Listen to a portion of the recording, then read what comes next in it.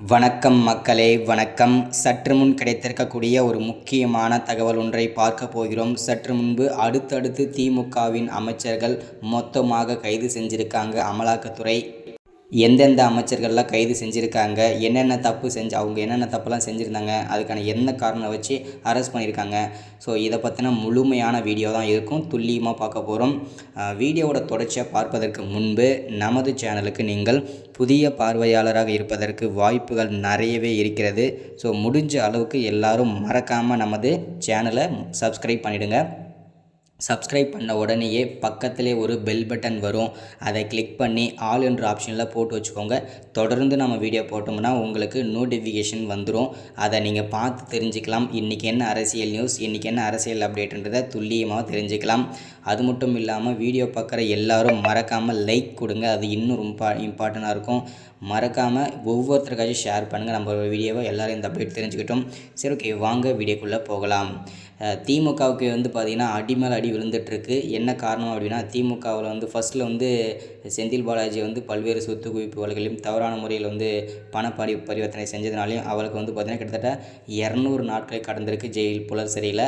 அவரை தொடர்ந்து அதுக்கப்புறம் ஜெகத் ரட்சகன் பல்வேறு சர்ச்சைகளில் சிக்கியிருந்தார். அதுக்கப்புறம் ஏவா வேலு, ஸோ அடுத்தது முன்னாள் அமைச்சரான பொன்முடி, இந்த மாதிரி திமுகவின் முக்கிய அமைச்சர்கள் தொடர்ந்து கைதாகிட்டு வந்துட்டுருக்காங்க அமலாக்கத்துறையினால். ஸோ இப்போது அடுத்ததாக அந்த வரிசையில் மீண்டும் ஒரு 11 அமைச்சர்கள் மீண்டும் கைது செய்யப்படுவதாக அமலாக்கத்துறை அதிரடியாக தகவல் கொடுத்துருக்காங்க. அந்த லிஸ்ட்டு யாரெல்லாம் அடுத்தது கைதாக போகிறாங்க அப்படின்னு பார்த்தீங்கன்னா, துரைமுருகன், அதாவது 1000 கோடிக்கும் மேலே கருப்பு பணங்கள் வைத்திருந்தாக அமலாக்கத்துறை முடக்கியிருக்காங்க. ஸோ அவர் அடுத்ததாக துரைமுருகன் டார்கெட்டு அமலாக்கத்துறை பண்ணியிருக்காங்க கைது பண்ணுவதற்கு. அதுக்கப்புறம் KN நேரு, பெரியசாமி, அடுத்தது பொன்முடி. ஓகேங்களா, பொன்முடி ஆல்ரெடி கைதாகிட்டார், இருந்தாலும் சொல்கிறேன். அடுத்ததாக பார்த்தீங்கன்னாக்கா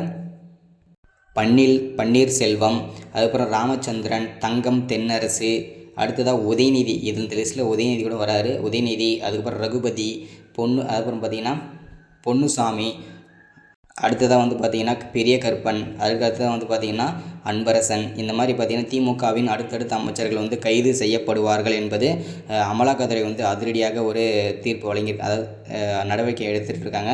இன்னும் ஒரு சில தினங்கள்லையோ இல்லை ஒரு சில வாரங்கள்லையோ கண்டிப்பாக திமுக அமைச்சர்கள் அடுத்தடுத்து கைது செய்யப்படுவார்கள் என்பது உறுதியாக இருக்கிறது இதன் மூலிமா. இதனால் இந்த நியூஸ் எல்லாம் கேட்ட முதல்வர் ஸ்டாலின் பேரதிர்ச்சியில் உறைந்து போயிருக்கிறாரு. ஒவ்வொரு அமைச்சர்களுக்குமே ரைட்டு லெஃப்ட்டுன்னு வாங்கிட்டு இருக்காரு. இதனால் திமுகவின் ஆட்சி கலைஞ்சாலுமே இது ஆச்சரியப்படுறதுக்கு ஒன்றுமே கிடையாது. ஏன்னா அந்த நிலைமையில் தான் டிஎம்கே போயிட்டுருக்கு, ஆட்சி நடந்துகிட்ருக்கு. ஸோ இதுதான் வீடியோ அப்டேட். அடுத்தடுத்த வீடியோவில் தொடர்ச்சி அதை பற்றி பேசலாம். மறக்காமல் லைக், ஷேர் பண்ணுங்கள். தேங்க்யூ.